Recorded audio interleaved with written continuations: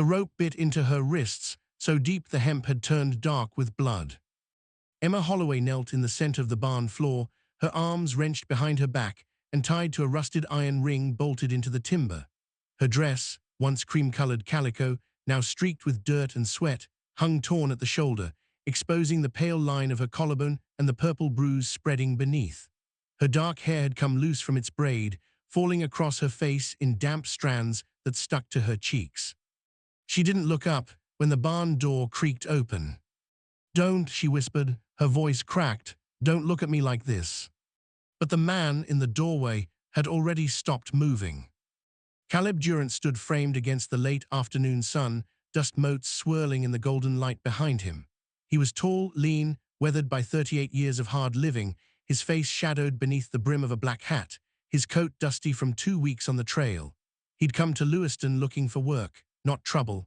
The livery hand had told him old man Holloway might need a ranch hand, told him to check the barn. He hadn't expected this. Emma's breathing was shallow, quick. Her bare feet were tucked beneath her, toes curled against the splintered boards. The iron ring she was tied to had been used for breaking horses. Caleb recognized the grooves worn into the wood where animals had pulled and fought. Now it held a woman. "Who did this?" Caleb's voice came out low, careful. Emma flinched. She turned her face away toward the shadows. "Doesn't matter." "It does. You one of his friends." Her words were bitter, quiet. "Come to see what he bought." Caleb took a step forward, slow, his boots scraped across the floorboards. "I'm not anybody's friend. I came looking for work." "Then leave." Her voice broke. "Please just leave." But Caleb didn't move. His eyes swept the barn, the empty stalls, the scattered hay, the overturned crate near the wall. On the ground beside Emma lay a crumpled piece of paper. He walked toward it, ignoring her sharp intake of breath, and crouched down to pick it up. It was a contract, handwritten, dated 4 days ago. Contract of indenture. Emma Catherine Holloway agrees to 5 years of service in exchange for settlement of debts owed by her late father, Benjamin Holloway, to the estate of Jacob Renfield. Said service to include all household labor, livestock care, and such duties as required by contract holder. At the bottom, 2 signatures. One was shaky, reluctant. The other was confident, sprawling. Jacob Renfield. Caleb's jaw tightened. He looked at Emma. "You signed this?" She didn't answer. "Did you sign this willingly?" "Does it look like I had a choice?" Her voice was hollow. "My father died 2 months ago, left debts I didn't know about. Renfield came with papers, a lawyer, the sheriff, said I could sign or lose the land entirely. 5 years, he said, then I'd be free." Caleb's fingers curled around the contract. "And he left you here like this?" Emma let out a brittle laugh. "He said I tried to run, said I needed to learn my place before he came back." Her voice dropped to a whisper. "He's coming back tonight." Caleb stood slowly. He stared down at the paper in his hand, at the ink, the words, the legal language that turned a human being into property. It was 1869, 4 years since the war ended, 4 years since the 13th Amendment. But out here, in the territories where law moved slower than dust, men like Renfield still found ways. Contracts, debts, indenture. Different words, same chains. "Where's the key?" Caleb asked. Emma finally looked up at him. Her eyes were dark, exhausted, wary. "There's no key, it's a knot." He tied it himself. Caleb knelt behind her. The rope was thick, the knot complex, designed to tighten if she struggled. He pulled a knife from his belt, a worn folding blade with a bone handle. Emma stiffened. "I'm cutting it," he said quietly. "Why?" "Because it's wrong. You don't even know me." Caleb paused. His hand hovered near the rope. For a moment he said nothing. Then, "I know enough." He slid the blade beneath the hemp and began to saw. The rope resisted, fibers splitting slowly. Emma didn't move, didn't speak. Her breathing was the only sound, shallow, uneven, like she was afraid to hope. The rope snapped. Emma gasped and pitched forward, catching herself with her hands. Her wrists were raw, bleeding in thin lines where the rope had carved into skin. She sat there on the floor, trembling, staring at her freed hands like they belonged to someone else. Caleb folded the knife and stepped back, giving her space. "You should go," Emma said hoarsely. She didn't look at him. "Before he comes back." "I'm not going anywhere." "You don't understand." She pushed herself up, swaying slightly. Her legs were unsteady. "Renfield owns half this county. He's got the sheriff in his pocket, hired guns on his payroll. If you're here when he arrives, then I'll be here." Emma finally met his eyes. There was something raw in her expression, disbelief, anger, fear, all tangled together. "Why would you do that?" Caleb didn't answer right away. He looked down at the contract still clenched in his hand. Then he walked to the nearest lantern hanging from a post, struck a match, and held the paper to the flame. It caught fast, the edges curled black, the ink bubbling and disappearing. Within seconds it was ash. Emma watched, motionless. "Because some things," Caleb said, shaking out the last embers, "shouldn't exist." She stared at him, her lips parted, but no words came. Outside, the sun was sinking lower, the barn filled with long shadows. Somewhere in the distance, a horse whinnied. Caleb turned toward the door, listening. Hoofbeats. Faint but growing closer. Emma heard them too. Her face went pale. "That's him."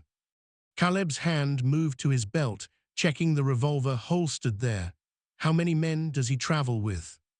"2, maybe 3. Armed. Always." Caleb nodded slowly. He looked at Emma, at her torn dress, her bleeding wrists, the fear etched into every line of her face.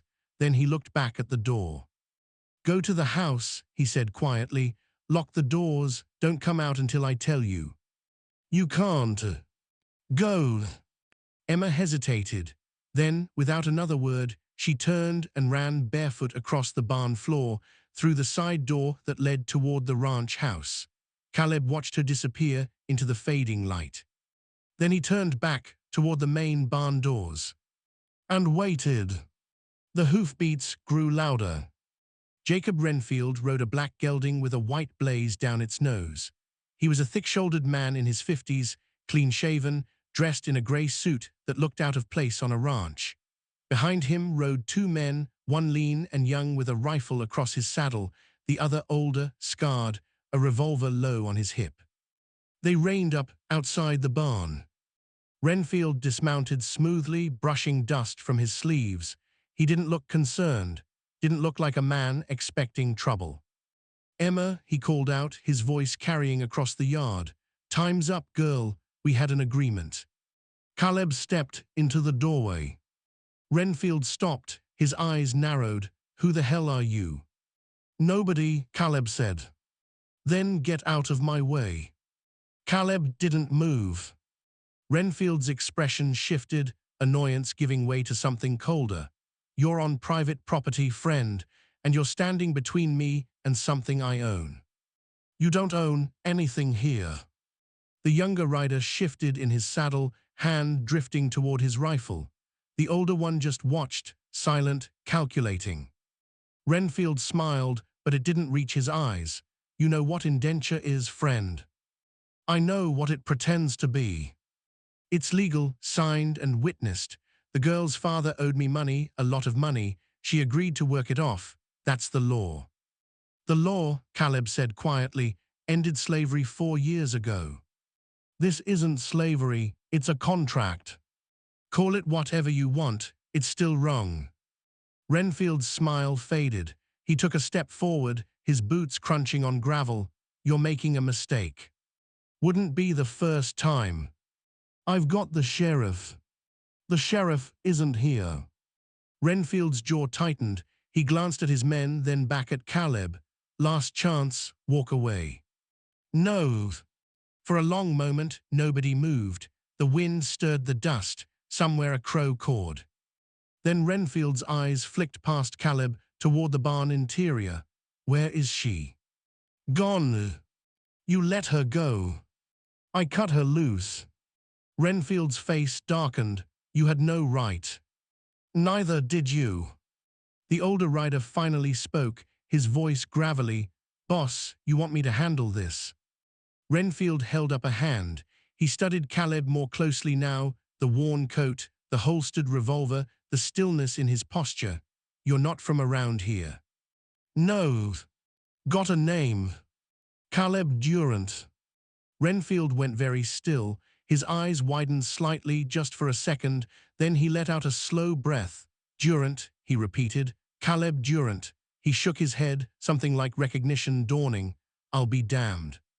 Caleb said nothing. You don't remember me, do you? Renfield's voice had changed, quieter now, edged with something bitter. Why would you? It was a long time ago. Caleb's hand stayed near his gun. I don't know you. Not me, my brother. Renfield's smile was cold. Thomas Renfield, 1862, Battle of Shiloh. The name hit Caleb like a fist. He remembered. A field hospital, blood-soaked canvas tents. A young soldier, barely 19, got shot, crying for his mother. Caleb had been a field medic then, before everything went to hell. He'd tried to save the boy, tried everything. But there'd been too much damage, too little time, too many dying men screaming in the mud. Thomas Renfield had died just after midnight. Caleb had been holding his hand when it happened. You were there, Jacob Renfield said. His voice was flat. You held his hand, told him he'd be all right, and then you left him to die while you mow. Ved on to the next one. There were 50 men bleeding out that night, Caleb said quietly. I did what I could. You did what was easy. Renfield's voice shook. My brother died alone in the mud because you didn't fight hard enough to save him. Your brother died because a mini ball tore through his stomach. There was nothing I could do. There's always something. Renfield took another step forward. I spent 7 years wondering who the medic was, the one Thomas talked about in his last letter, the one who promised he'd be fine. His voice dropped to a hiss. And now here you are, on my land, taking what's mine. Caleb's throat was tight.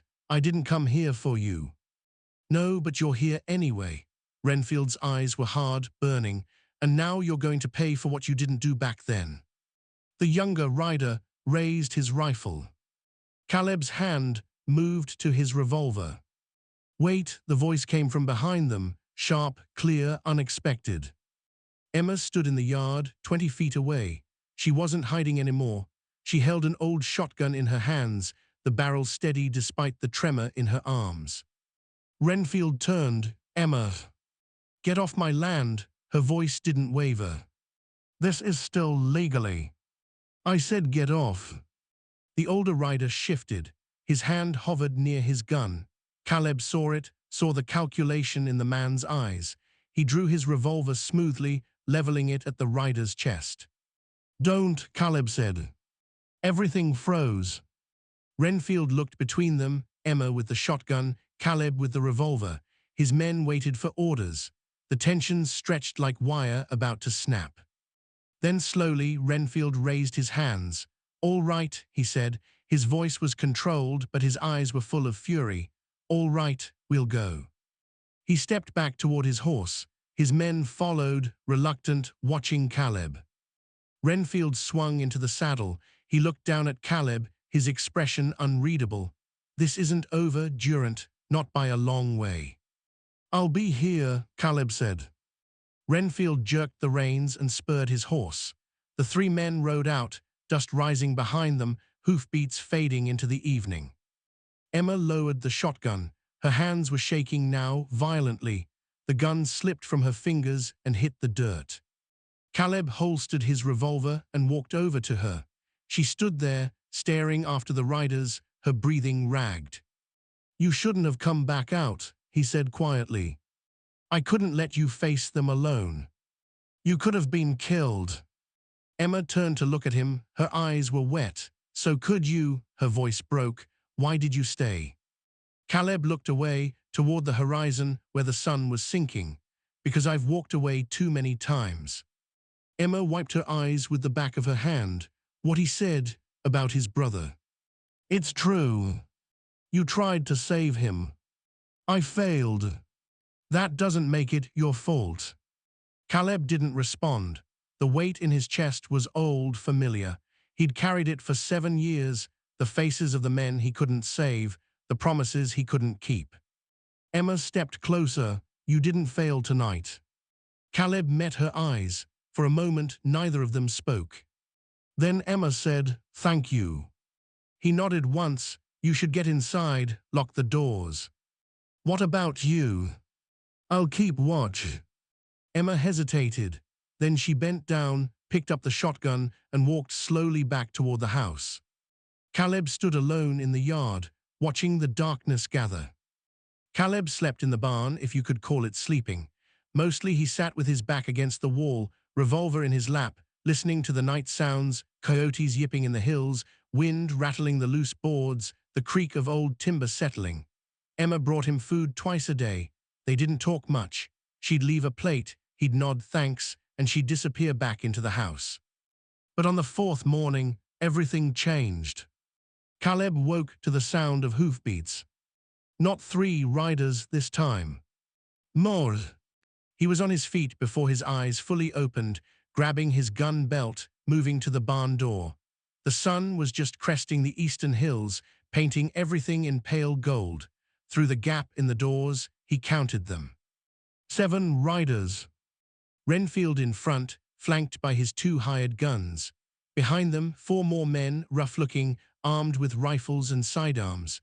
And in the center of the group, wearing a tin star on his vest, rode Sheriff Tom Dalton. Caleb's stomach sank. The riders stopped in the yard. Renfield dismounted, confident now, smiling. The sheriff stayed in his saddle, a heavy man in his 60s with a gray mustache and cold eyes. "Caleb Durant," the sheriff called out. His voice carried authority, the kind that came from years of not being questioned. "You're trespassing on private property. Step out where I can see you." Caleb pushed the barn door open and walked into the sunlight. Sheriff Dalton looked him over. "You the one causing trouble?" "Depends on your definition."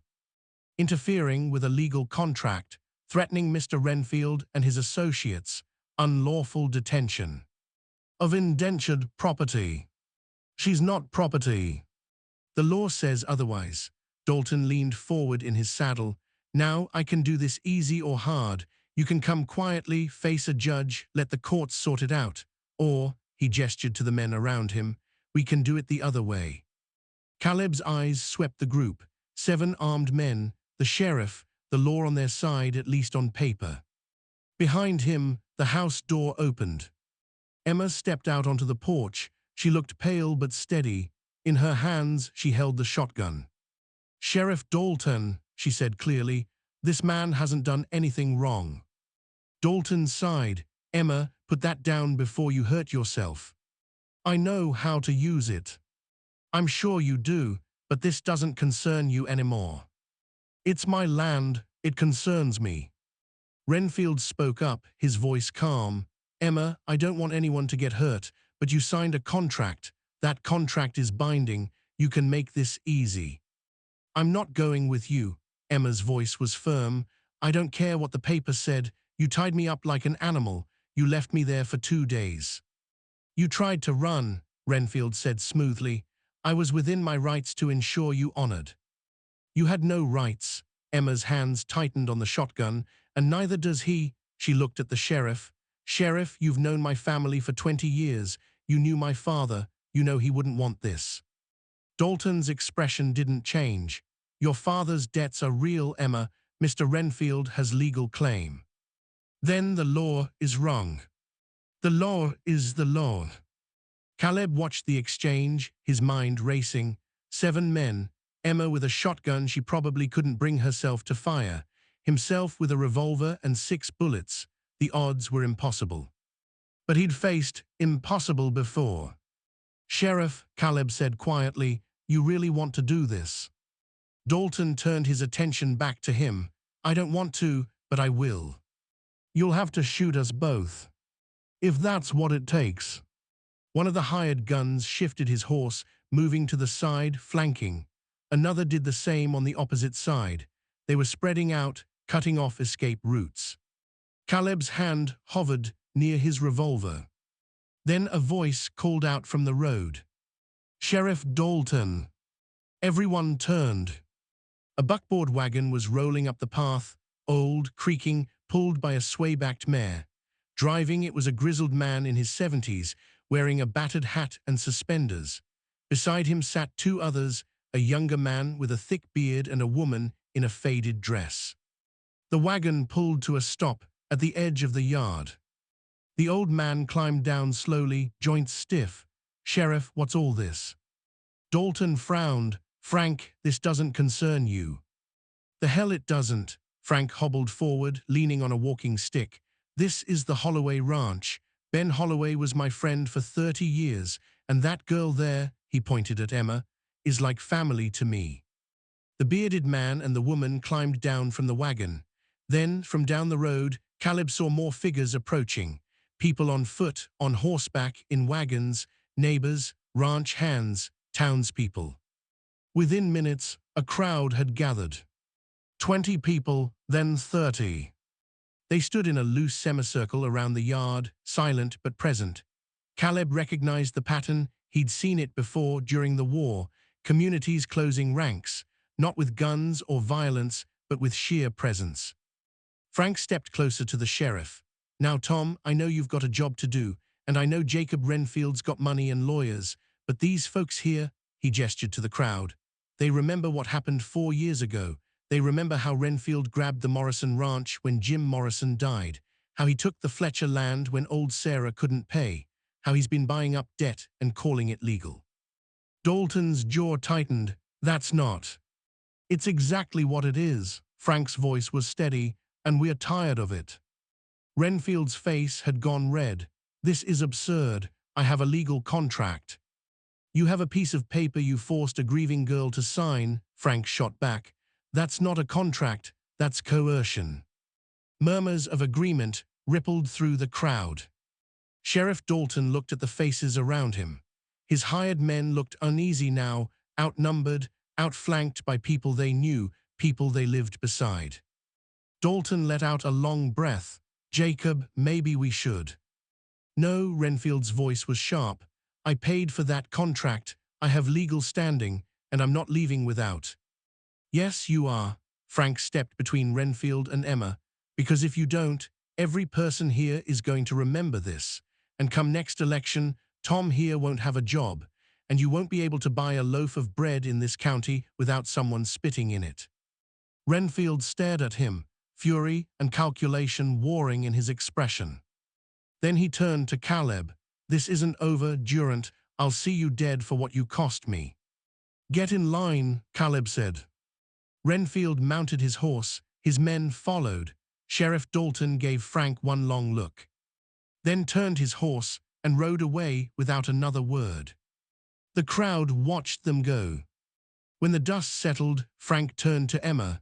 "You all right, girl?" Emma lowered the shotgun. Her hands were shaking. Yes, thank you." Frank smiled. "Your pa would have done the same for any of us." The crowd began to disperse, slowly, people drifting back toward wagons and horses.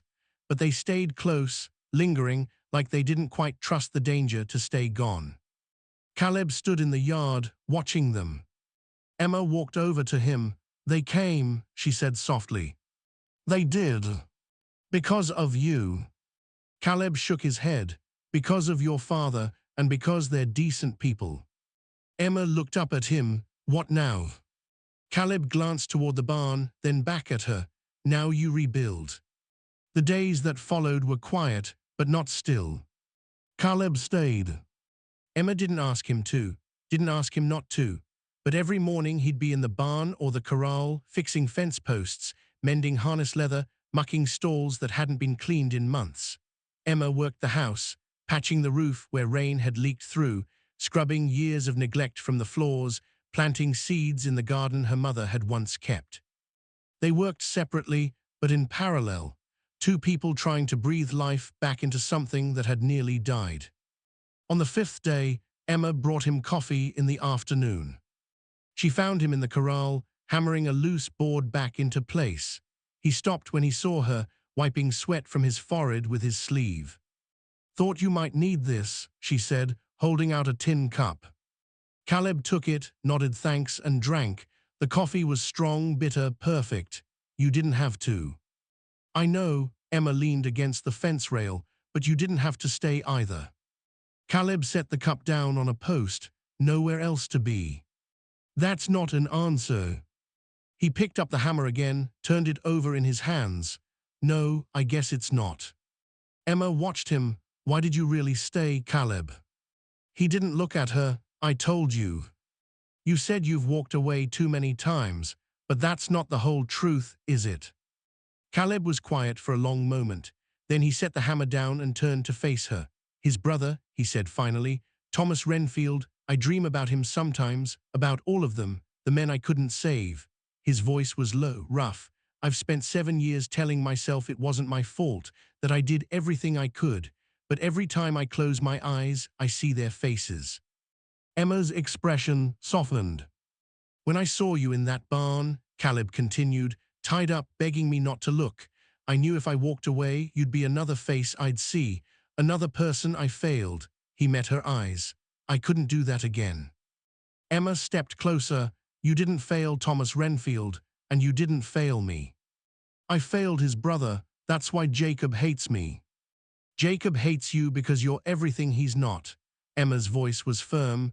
You stopped him. You stood up when no one else would. That's not failure.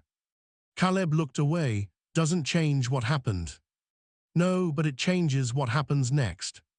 Before he could respond, Emma reached into her apron pocket and pulled out a folded piece of paper. She held it out to him. Caleb took it, unfolded it. It was a contract, handwritten, simple. Agreement, Caleb Durant is hired as ranch hand for the Holloway Ranch.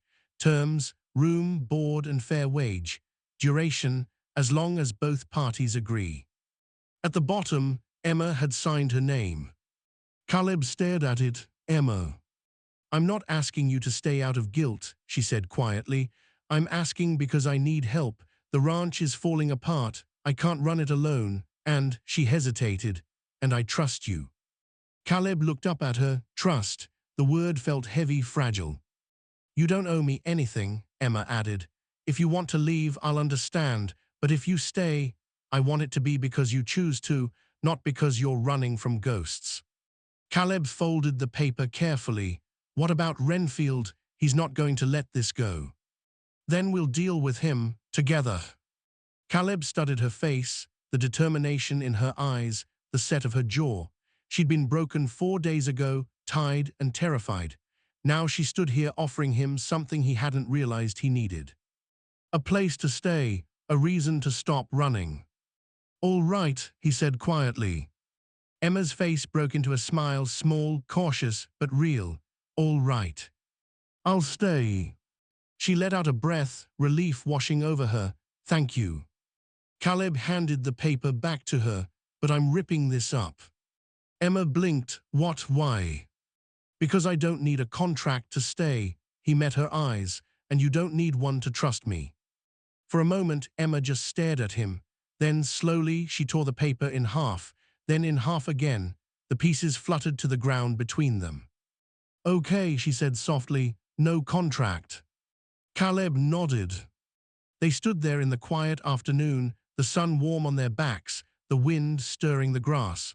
Somewhere in distance, a hawk cried. Emma picked up the tin cup from the post. I should get back to the house, stew's on the stove.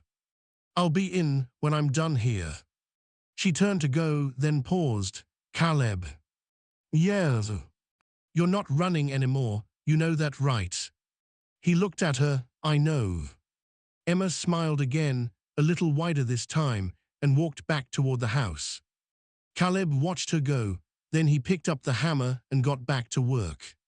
So here's the question that changes everything. If you were Caleb Durant, carrying 7 years of guilt, would you have stayed? Would you have let yourself be forgiven? Take a breath, pour yourself some coffee, think about that. And if you're still with me, tap subscribe so you don't miss how this story ends. Let me know what time it is, where you're reading from. I'd love to know where this story's finding you. 2 weeks later, Jacob Renfield came back. But this time, he came alone. Caleb was repairing the gate to the north pasture when he saw the rider approaching. He recognized the black gelding, the grey suit. He set down his tools and walked to meet him. Renfield reined up 20 feet away. He looked older somehow, tired. The fury that had burned in his eyes before was gone, replaced by something hollower. "You're still here," Renfield said. "I am." Renfield dismounted slowly. He stood there, one hand on the saddle, looking out at the ranch. "Place looks better." Caleb said nothing. "I came to tell you," Renfield continued, his voice flat, "that I'm leaving, selling my holdings, moving east." Caleb studied him. "Why?" "Because I'm tired." Renfield looked at him, tired of hating, tired of trying to fill a hole that can't be filled. He paused. "My brother died 7 years ago, and I've spent every day since blaming everyone but the war itself." "He was your brother. You had a right to grieve." "Grieve, yes, but what I did," Renfield shook his head. "I turned grief into cruelty. I hurt people who had nothing to do with Thomas. I told myself it was justice, but it was just pain, spreading it around like that would make it lighter." He looked at Caleb. It didn't. Caleb didn't know what to say. "I'm not asking for forgiveness," Renfield said. "I don't deserve it, but I wanted you to know I'm done. The contract with Emma, I've had it voided. Her father's debts are cleared. The land is hers, free and clear." Caleb felt something in his chest loosen. "She'll be glad to hear it." Renfield nodded. He reached into his coat and pulled out a small object, a pocket watch, silver, tarnished with age. He held it out to Caleb.